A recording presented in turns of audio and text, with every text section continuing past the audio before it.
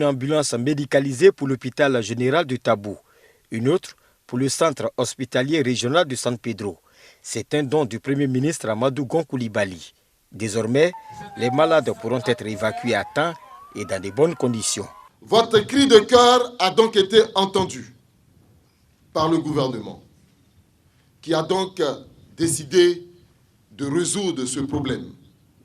C'est donc un soulagement pour toute la région et je vous comprends aisément. Mesdames et messieurs, cet acte constitue sans aucun doute la preuve de la volonté du chef de l'État et de son gouvernement d'apporter le bien-être aux Ivoiriens à travers sa politique sociale. Ces deux structures sanitaires de la région de San Pedro étaient en manque d'ambulances. L'hôpital de Tabou n'a pas d'ambulance pour le moment. Ce qui est là, c'est l'ambulance de district qui fait hôpital. Ça, on se démène. Tabou a beaucoup souffert. Tabou manque de tout. Tabou est un corps qui a mal partout. Donc il est nécessaire que tout le système médical en griffe du gouvernement se mette autour de notre département. En plus de l'ambulance, l'hôpital général de Tabou bénéficie de 5 lits d'hospitalisation. Le directeur de l'hôpital général de Tabou et celui du CHR de San Pedro ont promis d'utiliser ces ambulances à bon escient. A dit tout à l'heure, monsieur le directeur régional du gouvernement de San Pedro, monsieur Roger.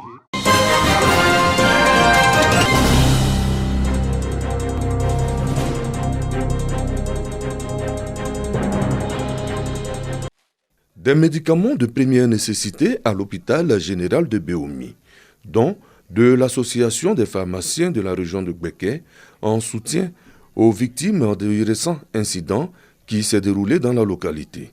Des médicaments pour soulager les malades et les blessés de la localité. Les dons sont réceptionnés par le préfet du département de Béoumi. Il s'agit pour les donateurs d'apporter leur contribution à la bonne santé des patients. Nous les pharmaciens, nous sommes avant tout des agents de santé publique au service du bien-être de la population. Donc chaque fois que notre population va mal, c'est pour nous un devoir de venir la soutenir, de lui apporter le confort. L'association des pharmaciens de la région de Gbeke entend mener d'autres actions de solidarité afin d'être plus proche des populations.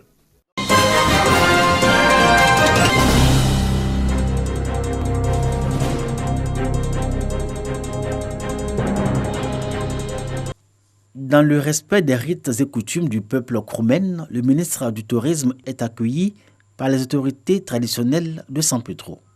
Siandou Fofana obtient leur bénédiction et la protection des mânes pour la réussite de la caravane de promotion de la destination Côte d'Ivoire à travers le projet Sublime Côte d'Ivoire. Le choix de San Pedro pour le lancement de la caravane Sublime Côte d'Ivoire est tout un symbole. C'est pour venir vendre San Pedro, c'est pour venir vendre ses produits touristiques, parce que ces circuits touristiques, les agences de voyage, et vous les hôteliers, les restaurateurs, mettez-vous à niveau. San Pedro sera au rendez-vous du donner, de recevoir pour remplir sa vocation touristique. Depuis plusieurs années, San Pedro et toutes les localités qui composent la région de même nom ont perdu de leur attrait touristique malgré leur énorme potentiel et leurs atouts naturels. Cette partie du littoral pendant longtemps a compté parmi les destinations touristiques recommandées par Côte d'Ivoire Tourisme. Depuis la crise, nous voyons rarement donc, des touristes, des groupes de touristes venir à San Pedro dans le cadre donc, des activités touristiques. Ça commence à être une poche assez rare. On n'a rien à envier aux autres pays qui font du tourisme balnéaire. Il manque un petit peu pour que ça soit bien. Les opérateurs du secteur du tourisme et les autorités de San Pedro entrevoient dans la caravane Sublime Côte d'Ivoire la renaissance du tourisme dans cette partie du sud-ouest ivoirien. L'arrivée du ministre ouvre les portes et avec ce qu'il a annoncé comme infrastructure, ce qu'il a annoncé comme développement dans le cadre du tourisme, va à l'endroit de nos attentes. La caravane Sublime Côte d'Ivoire va permettre à la région du sud-ouest, notamment San Pedro et Grand Bérébi, de remettre au goût du jour deux circuits touristiques connus et les promouvoir. La route des éléphants menant au parc national de Taï est propice au tourisme écologique et paradis entre mer et nature. Le potentiel sera mis en œuvre cette région bénéficiera du traitement dans le cadre des actions de renouvellement des infrastructures de notre pays, dans le cadre du programme national de développement, le PND 2016-2020. Tout ce qui est fourni comme service au niveau du parc national de Taï est véritablement développé et cela permet aujourd'hui d'avoir un peu plus de visiteurs et ça permet aussi de créer des emplois. Comme vous le savez, c'est l'écotourisme. Quand on combine la visite de la nature avec la visite des valeurs culturelles, aujourd'hui les populations qui sont à Gurutu permettent de présenter leurs valeurs culturelles aux écotouristes qui arrivent. Donc véritablement je peux dire que sur ce secteur, il y a une action d'envergure qui est en cours. La route des éléphants plus au tourisme écologique et paradis entre mer et nature. Le ministre du Tourisme a suivi ces 2 circuits. Coup de cœur dans le village d'Aguéméné, dans la sous-préfecture de Grand Bérébi, devant le pittoresque d'une opération de séchage de cacao. Sur la route de l'éléphant, c'est d'abord l'écotourisme, c'est la découverte de la nature, la faune et la flore, mais la biodiversité. Et au cœur de ces préoccupations, savoir que la partie de la flore qui a servi à être mise en production pour pouvoir sortir cette production devra aider les populations à avoir des revenus additionnels et à permettre aux touristes de venir à la découverte du monde agricole ivoirien et à partir de ce moment découvrir la cacao-culture. San Pedro et tout le littoral ivoirien vont constituer une offre singulière qui, ajoutée à l'ensemble de l'échelle nationale, va renforcer l'intérêt touristique de la Côte d'Ivoire, où plus de 5 millions de touristes internationaux sont attendus d'ici à 2025. Nous avons eu des invités d'Abidjan, il y a eu 3 familles et avant de partir à l'aéroport, ils nous ont dit qu'ils voudront revenir à San Pedro. Les agences de voyage et vous les hôteliers, les restaurateurs, mettez-vous à niveau parce que c'est tout ça qu'ils viennent voir et présenter au reste du monde. Aujourd'hui, on est la 3e destination d'affaires après le Nigeria et le Maroc. Aujourd'hui, nous sommes parmi les 10 premières destinations touristiques en Afrique. La stratégie, c'est d'être la 5e destination touristique en Afrique. C'est possible. Si ça a été possible pour les autres, c'est possible pour nous. La caravane Sublime Côte d'Ivoire s'inscrit dans la stratégie nationale de développement du secteur du tourisme à l'échéance 2025.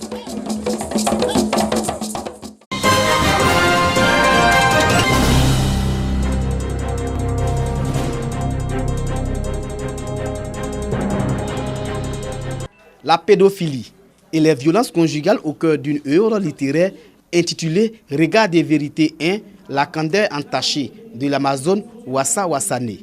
Cette trilogie pour dénoncer des maux qui minent la société actuelle. J'ai écouté pendant des années des personnes me parler de ce traumatisme-là, me dire merci d'avoir donné, de leur avoir donné l'occasion d'enfin briser le silence. En fait, tout ça m'a permis aujourd'hui d'avoir une voix en fait, un élément assez puissant que je pourrais utiliser pour mener le combat. À travers la vie commune d'une fillette de 12 ans et celle de sa mère, l'écrivaine met en lumière le monde adulte avec sa perversité, sa fragilité et son hypocrisie. Je parle aussi aux familles qui ont tendance à protéger les coupables. Il faut dénoncer. Il est temps maintenant que les violeurs, les pédophiles soient jugés à la hauteur de l'ignominie de leurs actes. Et je veux aussi lancer un message à la société entière. Arrêtez de regarder avec déshonneur les victimes de viol, parce qu'à cause de vous, elles ne parlent pas. L'œuvre littéraire Regard des vérités a été officiellement présentée au monde estudiantin à l'université Alassane Ouattara. L'œuvre de 265 pages afin que les invités s'imprègnent mieux des sujets dépeints par l'écrivaine.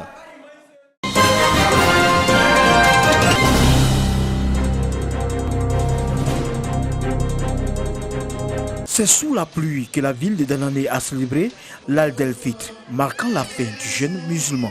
Dans tous les quartiers, les fidèles ont répondu à l'appel de leurs différents imams. À l'école primaire du quartier du Laco, El Hadj Oumerou Fofana, l'imam a fait les 2 rakats. Puis, il a invité les fidèles à l'unité, la cohésion et à la paix véritable, à la lumière du Saint-Coran. L'Aïd el-Fitr, appelé coutumièrement Ramadan, est l'établissement de 29 jours de jeûne cette année 2019. Un moment durant lequel les musulmans réaffirment leur croyance en Allah par le raffermissement de leur foi. L'imam Kone Mamadou conduisait la prière de l'Aïd el-Fitr à Azopé Mosquée Ramahat au quartier Sokoro.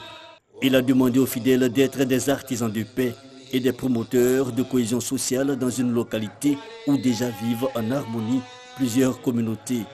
Le maire de la commune, Amankou Akou Antoine, et les représentants des autres confessions religieuses se sont associés à la fête de l'Aïd el-Fitr pour exprimer leur solidarité à la communauté musulmane d'Azopé. Un exemple du vivre ensemble illustré par les religieux de cette localité.